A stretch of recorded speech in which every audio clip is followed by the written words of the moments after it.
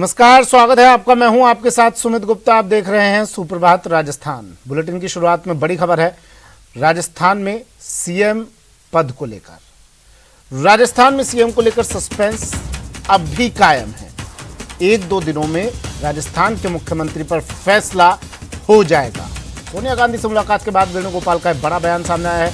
कहा है कि ऑब्जर्वर फिर जयपुर आएंगे और फिर विधायक दल की बैठक होगी।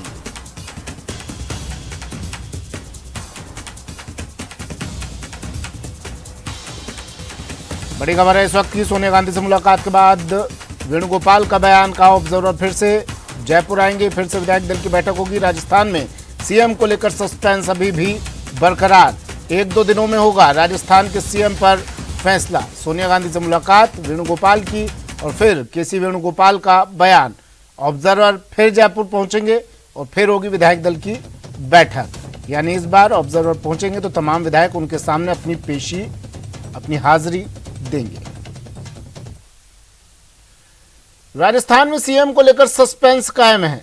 आपको बता दें कि दिल्ली में गुरुवार को दिन भर की कवायद के बाद साफ हो गया कि एक दो दिन में इस पर फैसला हो जाएगा। आपको बताते हैं इस मुद्दे पर किसने क्या कहा। 2023 में कांग्रेस की सरकार कैसे रिपीट हो, ये हम सबका सामूहिक प्रायोरिटी है। हमारा उद्देश्य और ऑब्जेक्टिव वही है। उस दिशा में जो भी काम करना है, जो भी आने वाली रणनीति बनानी है, उस पर विस्तार से चर्चा हम लोगों ने करी है। हमारे एआईसीसी के जो नेता हैं और कांग्रेस प्रेसिडेंट हैं, उनसे हमने खूब मिलकर अपनी बातों को रखा है, अपनी भावनाओं को मैंने उन तक पहुंचाया है। और राजस्थान के संदर्भ में मैं समझता हूं सकारात्मक जो निर्णय लेने होंगे वो कांग्रेस पार्टी प्रेसिडेंट लेंगे उस निर्णय को। कल परसों की घटना हुई है और मेरी मॉरल रिस्पॉन्सिबिलिटी थी कि वो प्रस्ताव पार होता, तो मैंने तय किया है अब मैं इस माहौल के अंदर चुनाव नहीं लड़ूंगा। ये मेरा फैसला है। ये फैसला मैं नहीं करूंगा, ये फैसला सोनिया गांधी जी करेगी, कांग्रेस अध्यक्ष करेगी। No, I cannot say anything. That decision of Chief Minister of Rajasthan will be decided by the Congress President within 1 or 2 days. That's all. Delhi में बैठकों के दौर के बाद ये तय लग रहा है कि कांग्रेस के अध्यक्ष के चुनाव से पहले ही राजस्थान में सीएम की कुर्सी का फैसला हो जाएगा। रविवार को जयपुर में हुई सियासी हलचल के बाद दिल्ली के संकेत थोड़े सख्ती भरे हैं। आपको बताते हैं कि गुरुवार को सोनिया गांधी के साथ हुई 2 मुलाकातों के बाद क्या कुछ मिले संकेत।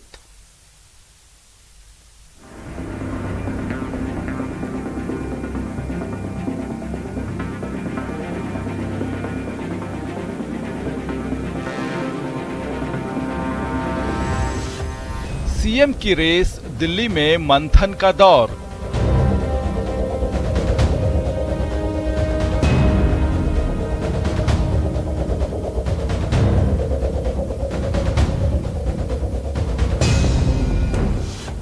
सोनिया से गहलोत ने कहा सॉरी। पूरे देश में मैसेज चला गया जैसे मैं मुख्यमंत्री बना जाना चाहता हूँ, इसलिए सब कुछ हो रहा है। मैंने सोनिया जी से भी सॉरी फील किया है, माफी मांगी है, क्योंकि मीटिंग के बाद गहलोत दिखे इमोशनल। सुनिए आप, पर अब क्योंकि कल परसों की घटना हुई है और मेरी मॉरल रिस्पॉन्सिबिलिटी थी कि वो प्रस्ताव पार होता, तो मैंने तय किया है अब मैं इस माहौल के अंदर चुनाव नहीं लड़ूंगा। ये मेरा फैसला है। सोनिया से मिलकर पायलट ने बताई प्राथमिकता। अपनी बातों को रखा है, अपनी भावनाओं को मैंने उन तक पहुंचाया है। और राजस्थान के संदर्भ में मैं समझता हूं सकारात्मक जो निर्णय लेने होंगे वो कांग्रेस पार्टी प्रेसिडेंट लेंगे उस निर्णय को। रविवार को जयपुर में सियासी भूचाल को लेकर दिल्ली में बैठकों का दौर चला, जिसमें साफ तौर पर तो कुछ नहीं निकला, लेकिन संकेत सियासत में हलचल मचाने वाले मिले। बुधवार को दिल्ली पहुंचे सीएम गहलोत की जब सोनिया गांधी से मुलाकात हुई तो चर्चा हुई अप्रत्याशित रूप से उनके माफीनामे की। सोनिया से करीब 1.5 घंटे की मुलाकात के बाद बाहर आए सीएम गहलोत ने कुछ विधायकों की ओर से रविवार के रवैये के लिए माफी मांगी, तो खुद को गांधी नेहरू परिवार का सिपाही बताकर इमोशनल कार्ड खेला। पिछले 50 साल में मुझे हमेशा कांग्रेस पार्टी ने इंदिरा जी के वक्त से ही, राजीव जी थे, चाहे वो बाद में सोनिया जी आ गई, बीच में नरसिम्हा जी प्रधानमंत्री बने, एक वफादार सिपाही के रूप में मैंने काम किया। पिछले 5 दशक से गांधी परिवार के खास रहे अशोक गहलोत ने खुद को कांग्रेस अध्यक्ष की रेस से तो अलग कर लिया, लेकिन सवाल है कि क्या उनके विश्वास पात्रों की हरकत की सजा उन्हें भी भुगतनी पड़ेगी? क्योंकि रविवार की अनुशासनहीनता के बाद जहां 2 मंत्रियों समेत 3 गहलोत समर्थक नेताओं को नोटिस भेजा गया है, तो उसके बाद सीएम को लेकर भी सस्पेंस बढ़ गया। No, I cannot say anything. That decision of Chief Minister of Rajasthan will be decided by the Congress President within 1 or 2 days. That's all. दोपहर के वक्त सोनिया गांधी से गहलोत की मुलाकात हुई तो रात 8 बजे सचिन पायलट सोनिया गांधी से मिलने पहुंचे।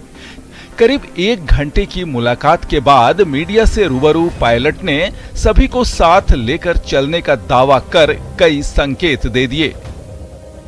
और हम सब यही चाहते हैं कि हम किसी तरह मेहनत कर 2023 का विधानसभा चुनाव जीतें। उसके लिए हमको मिलकर काम करना पड़ेगा और राजस्थान के संदर्भ में जो भी निर्णय या जो भी डिसीजन लेना है वो कांग्रेस पार्टी लेंगी। हम सबका एक ही उद्देश्य है कि कैसे हम सब साथी मिलकर राजस्थान सहित बाकी राज्यों में कांग्रेस पार्टी की चुनाव को जीत को सुनिश्चित करें। और मुझे पूरा यकीन है कि हम लोग अगले 12-13 महीने में खूब मेहनत कर दोबारा कांग्रेस की सरकार बनाएंगे। फिर से सरकार बनाने के दावे के साथ ही पायलट ने यह भी साफ कर दिया कि दिल्ली की जगह जयपुर की सियासत को ही वो तवज्जो देंगे। यानी कांग्रेस के 2 बड़े नेताओं ने दिल्ली की सियासत के ऊपर जयपुर को वरीयता देकर अपने इरादे साफ कर दिए हैं। अब फैसला आला कमान को करना है और नजर टिकी है 2023 के विधानसभा चुनाव पर।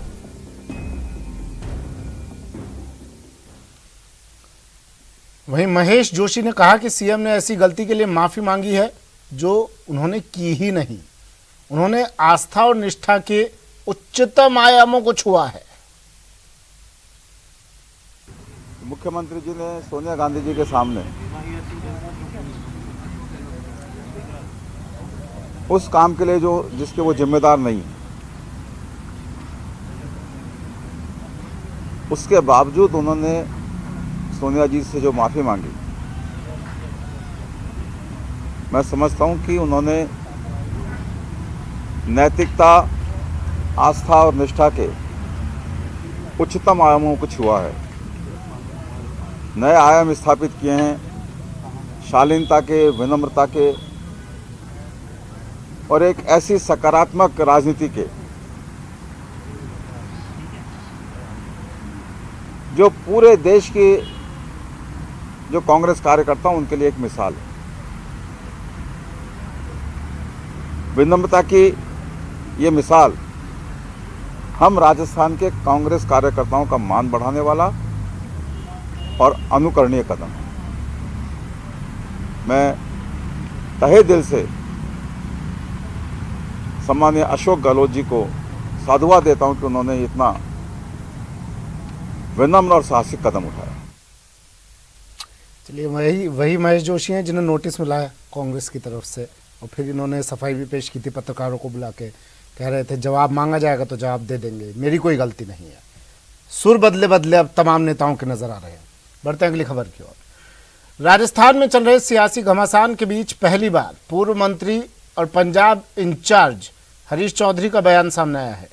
चौधरी ने कहा कि सभी को अपनी बात पार्टी के अंदर रखने का अधिकार है, लेकिन शब्दों का उपयोग करने की सीमा होनी चाहिए। मिसअंडरस्टैंडिंग का जो मायने है कि किसी न किसी प्रकार की भ्रांतियां आपस के अंदर पैदा हुई कि निर्णय पहले ले चुके हैं और उस निर्णय के संदर्भ में जो निर्णय ले चुकने के बाद में हम लोगों से 1 लाइन का रिजर्वेशन करवाना चाहते हैं, पर वो ये सच्चाई नहीं। जो रायशुमारी का भी हम लोगों के पास अधिकार है और हर वक्त हम लोग व्यक्तिगत तौर के ऊपर अपनी राय रखने का पर्यवेक्षकों के माध्यम से पार्टी के अंदर रखते हैं। हाईकोर्ट ने होने वाले राजस्थान क्रिकेट एसोसिएशन के चुनाव पर रोक लगा दी है। इसी के साथ आरसीए के मौजूदा अध्यक्ष वैभव गहलोत को बड़ा झटका लगा है, क्योंकि आरसीए में दोबारा उनकी ताजपोशी तय मानी जा रही थी। करीब 30 जिला संघों के समर्थन से आरसीए में वैभव गहलोत दोबारा चुनकर आने वाले थे, लेकिन एक बार की इस चुनाव प्रक्रिया पर हाईकोर्ट ने रोक लगा देने से चुनाव पर अनिश्चितता का माहौल बन गया है। हाईकोर्ट में चुनाव अधिकारी राम लुभाया को लेकर आपत्ति दर्ज करवाई गई थी, जिसके बाद कोर्ट ने चुनाव प्रक्रिया को स्थगित कर दिया है। वैभव गहलोत ग्रुप की ओर से इस मामले में किसी भी तरह की प्रतिक्रिया देने से इनकार किया गया, जबकि राजेंद्र सिंह नंदू ग्रुप की ओर से कोर्ट के अंतरिम रोक को न्याय की जीत बताया। इस मामले में चुनाव अधिकारी राम लुभाया का कहना है कि लाभ के पद पर होने या नहीं होने की बात कोर्ट द्वारा तय की जाएगी। आपको बता दें कि आरसी चुनाव में गुरुवार को नामांकन वापसी का दिन था और आज सुबह 8 बजे से 10 बजे तक मतदान होना था। दरअसल ये संघर्ष जो इनके अन्याय के प्रति हम पिछले साल 2 साल से कर रहे हैं, उसका नतीजा है आज सत्य की जीत हुई है। न्यायालय के अंदर हम ये लेकर के गए थे कि ना तो लोकपाल है और जो इलेक्टोरल ऑफिसर है वो स्वतंत्र नहीं है, क्योंकि लोढा पैनल की जो सिफारिश है और जो स्पोर्ट्स एक्ट है और जो संविधान है वो ये कहता है कि जो निर्वाचन अधिकारी है वो बिल्कुल ट्रांसपेरेंट होना चाहिए, स्वतंत्र होना चाहिए, उस पर किसी तरीके का पॉलिटिकल दबाव नहीं होना चाहिए। सारे खिलाड़ियों को और अच्छे प्रशासकों को लाया जाए तब ये राजनीति होगी। आप देखिए जो वैभव गहलोत जिस चुनाव में अध्यक्ष बने थे उसके बाद इन्होंने 15-16 जिला संघ बदल दिया और पूरे जिला संघों को राजस्थान क्रिकेट संघ की जगह राजस्थान कांग्रेस एसोसिएशन बना दिया।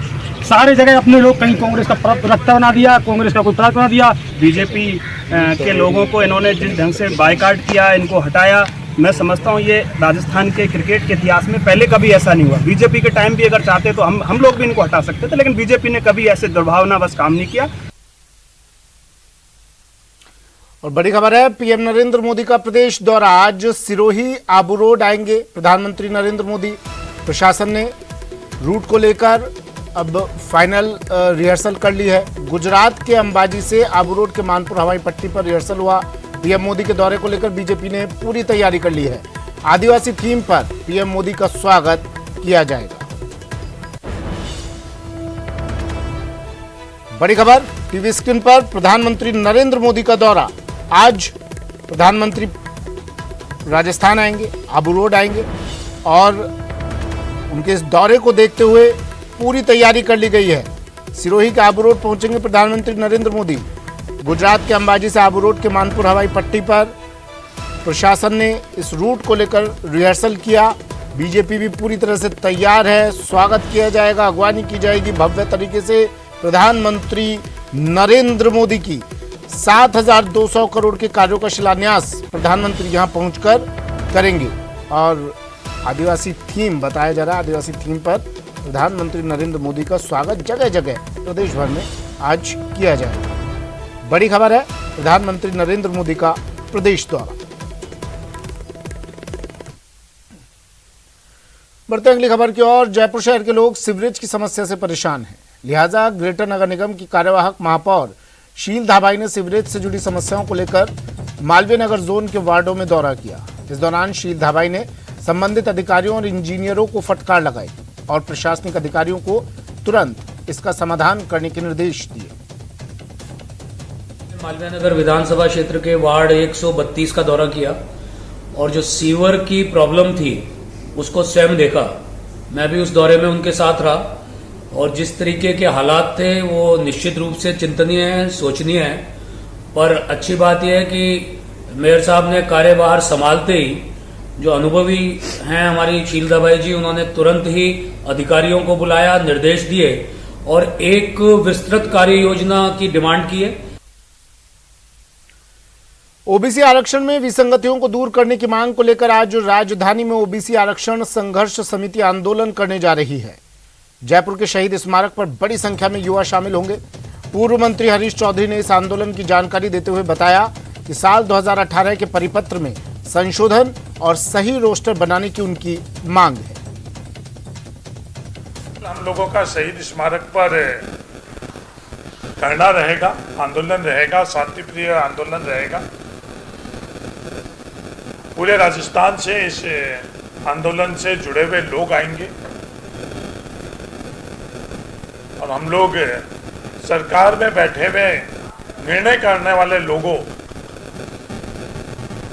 को ये आगाह करने चाहते हैं कि ये जो अन्याय हुआ है 2018 से, उस अन्याय को इस परिपत्र में संशोधन कर हमारा को न्याय दिया जाए। 2018 का जो परिपत्र है उससे जो भूतपूर्व सैनिक के संदर्भ के अंदर जो 12.5% जो आरक्षण का प्रावधान है, वो महिला आरक्षण के अंदर तो वो कंपार्टमेंट बने हुए हैं, वो हर वर्ग के अंदर चाहे SC, ST, OBC, NBC, EWS के अंदर हर वर्ग के अंदर महिला आरक्षण उसके अनुपातिक तौर के ऊपर होता है। और भूतपूर्व सैनिकों का जो 12.5% आरक्षण है वो कंपार्टमेंट नहीं होकर और वो वर्टिकल आरक्षण है। भूतपूर्व सैनिक OBC वर्ग से आते हैं और वो 12.5% के अंदर 90% से ज़्यादा वो OBC वर्ग का आरक्षण के माध्यम से वो स्थान प्राप्त कर रहे हैं, पद प्राप्त कर रहे हैं। OBC आरक्षण विसंगतियों को दूर करने की मांग को लेकर OBC समुदाय की ओर से आज जयपुर में आयोजित होने वाली OBC आक्रोश महारैली में भाग लेने के लिए बाड़मेर से हजारों की संख्या में युवा जयपुर आ रहे हैं। बाड़मेर जिला प्रमुख महेंद्र चौधरी के नेतृत्व में PG कॉलेज ग्राउंड से सैकड़ों बसों को OBC आरक्षण के लिए हरी झंडी दिखाकर रवाना किया गया। आपको बता दें कि राजस्थान में अन्य पिछड़ा वर्ग आरक्षण में कटौती का विरोध तेज हो गया है और OBC आरक्षण के नियमों में संशोधन की मांग को लेकर जिलों में आंदोलन किए जा रहे थे, लेकिन अब यह आंदोलन राजधानी पहुंच रहा है।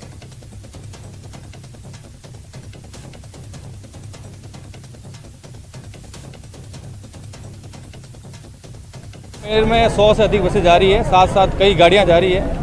तो बाड़मेर से 10,000 अधिक यहाँ से विद्यार्थी और यहाँ से लोग जाएंगे। रैली किस प्रकार रहेगी, क्या रैली बड़ी रैली है ये, और इसके अंदर जो विसंगति है OBC की, सरकार की आंख तो खुल चुकी है, इसमें कोई दोहराई नहीं है, और एक बड़ा रैला होगा जयपुर के अंदर। कोटा में 200 करोड़ के अपेक्षा ग्रुप महाठगी मामले में SIT की टीम ने CMD और डायरेक्टर समेत 6 आरोपियों को कड़ी सुरक्षा के बीच आज कोर्ट में पेश किया। कोर्ट ने सभी 6 आरोपियों को 4 दिन के रिमांड पर भेजने के आदेश दिए। आपको बता दें, SIT की टीम ने आरोपियों को कोटा की सेंट्रल जेल से प्रोडक्शन वारंट पर गिरफ्तार किया था। इन सभी आरोपियों से अब आमने सामने बिठाकर कड़ाई से पूछताछ की जाएगी।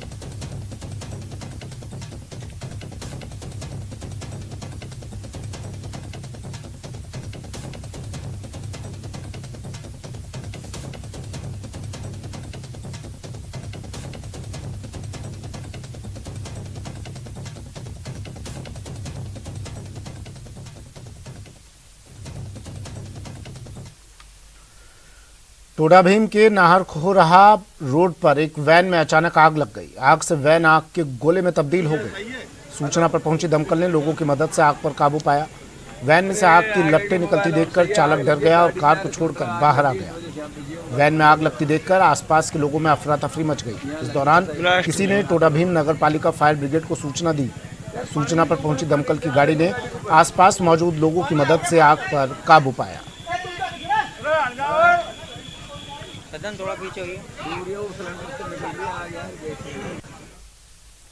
चलिए, वक्त यहां पर एक ब्रेक का है, जल्द हाजिर होंगे।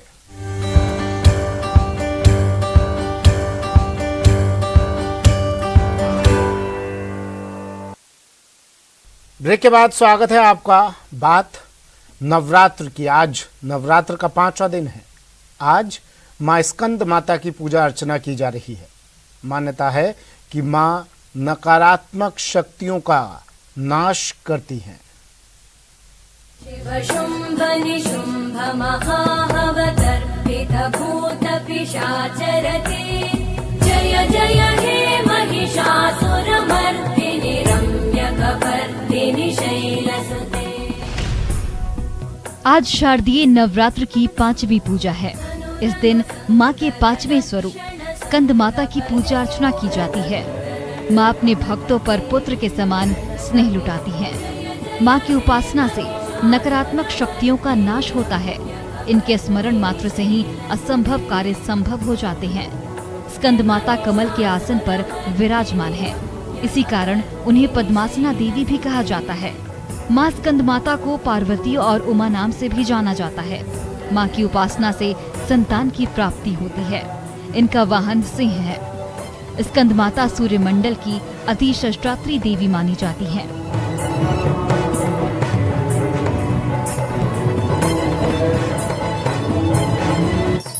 मां स्कंदमाता की ऐसे करें पूजा।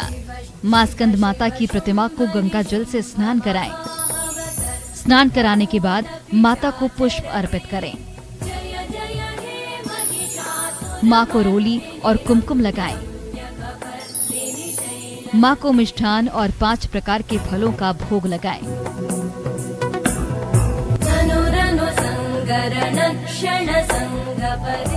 स्कंदमाता की 4 भुजाएं हैं।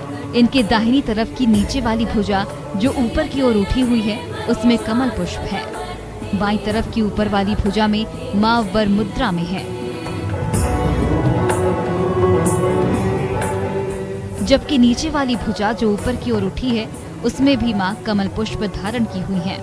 स्कंदमाता की पूजा करने से भक्तों को सुख, समृद्धि, शांति और ऐश्वर्य की प्राप्ति होती है।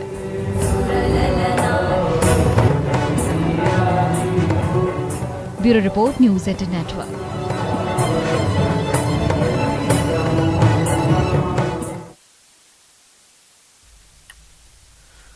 चलिए, मेरे सहयोगी हमारे साथ जुड़ गए हैं। आपको सीधा लिए चलते हैं, मां के दर्शन कराते हैं। और आज श्रद्धालुओं का रैला भी उमड़ रहा होगा। किस तरह की तैयारियां मंदिर प्रशासन की तरफ से की गई है, प्रशासन की तरफ से की गई है, जानने की कोशिश करते हैं, तस्वीरें दिखाने की कोशिश करते हैं। झुंझुनू से सहयोगी कृष्ण शेखावत हमारे साथ जुड़ गए हैं और दौसा से आशीष हमारे साथ जुड़ गए हैं। सबसे पहले झुंझुनू आपको ले चलते हैं। कृष्ण, किस तरह की तस्वीरें दिखाई है, वहाँ पर तैयारियां किस तरह की गई हैं? आज बड़ी संख्या में भक्त पहुंच रहे होंगे, सुबह से ही भक्तों का रैला उमड़ रहा होगा। मंदिर प्रशासन की तरफ से क्या तैयारियां वहाँ पर?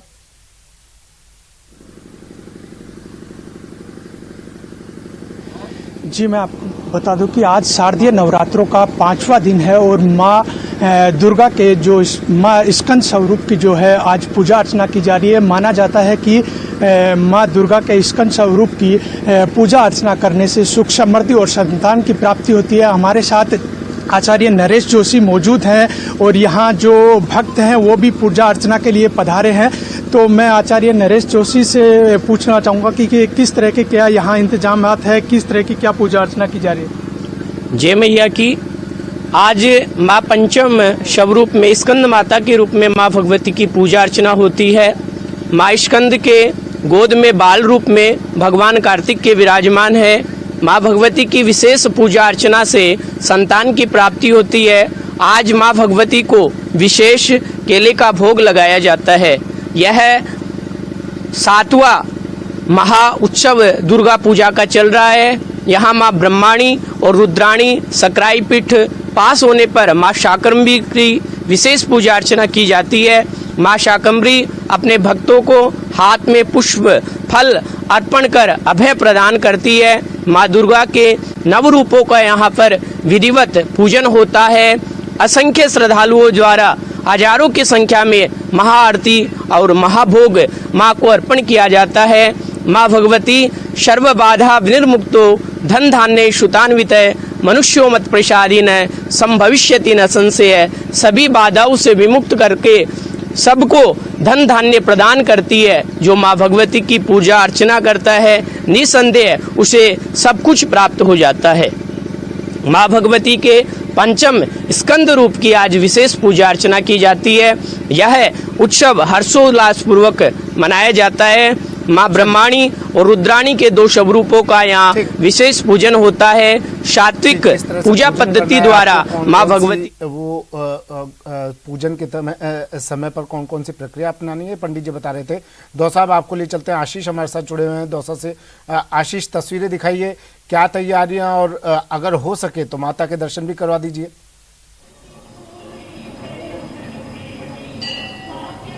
बिल्कुल, हम दौसा के दुर्गा मंदिर में खड़े हुए हैं और मां दुर्गा के रूप स्कंद माता की आज पूजा अर्चना की जा रही है। आप भव्य झांकी देख सकते हैं। न्यूज़ 18 के दर्शक सीधी तस्वीरें देख सकते हैं। यहाँ से ये दुर्गा मंदिर है। प्रतिदिन यहाँ पर झांकी सजाई जाती है और जो माँ दुर्गा के अलग अलग अंदाज है, अलग अलग रूप है, उनकी झांकी सजाई जाती है। आज स्कंद माता की पूजा की जा रही है, जो माँ दुर्गा का रूप माना जाता है, और उसकी पूजा अर्चना के लिए यहाँ पर एक भव्य झांकी सजाई गई है। सुबह से ही जो श्रद्धालु हैं उनका लगातार यहाँ पर आना जारी है, और सुबह 3 से 4 बजे से यहाँ श्रद्धालुओं का आना शुरू हो गया, जो अब लगातार जारी है।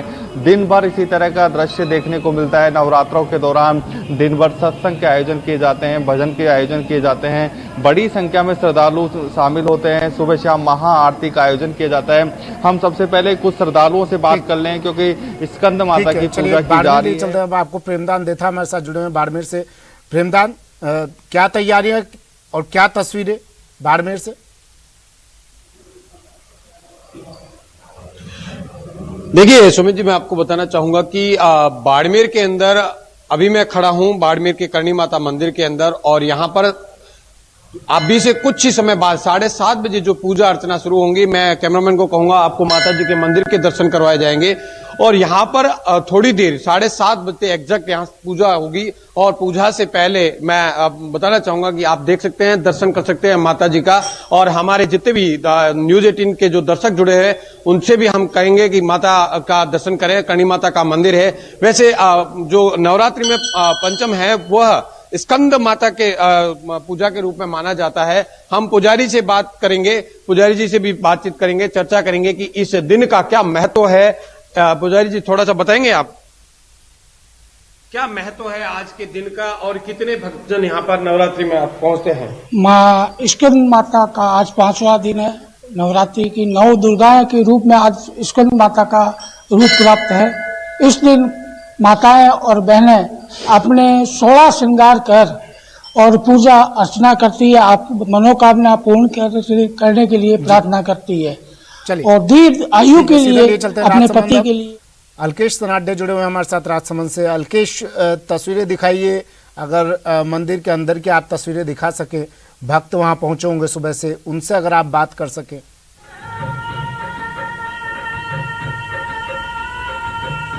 जी सुमित, मैं इस वक्त खड़ा हूँ राजसमंद जिले के जो प्रमुख शक्तिपीठ है आवरी माता मंदिर पर। आवरी माता मंदिर के बारे में कहा जाता है कि आवरी माता जी का मुख्य मंदिर जो चित्तौड़गढ़ जिले में स्थित है, लेकिन उनकी जोत यहाँ लाई गई है। और इस वक्त मैं आपको दिखाऊँ, ये थे मंदिर की जो ये तस्वीरें हैं। आज यहाँ पर जो माता जी का जो विशेष श्रृंगार किया गया है, कहा यह जाता है तो भक्त यहाँ पर अपनी मनोकामना लेकर आते हैं, और माता उनकी हर मनोकामना, हर मुराद पूरी करती है। ये माता का ही चमत्कार कहा जाता है कि यहाँ पर जो है लगातार श्रद्धालुओं का तांता लगा रहता है। कल सुबह 6 बजे के करीब मंदिर में यहाँ पर जो आरती होती है, आरती में बड़ी संख्या में श्रद्धालु होते हैं, और भक्तों के जो मंदिर में पहुंचने का सिलसिला जो है ये सुबह जो चालू हो जाता है, क्योंकि ब्रह्म मुहूर्त अल सुबह का माना जाता है। उसके बाद से जो देर रात तक यहाँ पर श्रद्धालुओं का तांता लगा रहता है अपनी क्योंकि नवरात्र। चलिए, ये तस्वीरें हम प्रदेश भर से आपको आज नवरात्र के 5 दिन आपको घर बैठे दर्शन करवा रहे थे माँ के। आप चारों का शुक्रिया हमारे साथ जुड़ने के लिए, तमाम तस्वीरें दर्शकों तक पहुंचाने के लिए। फिलहाल इस बुलेटिन में इतना ही, दीजिए इजाजत, नमस्कार।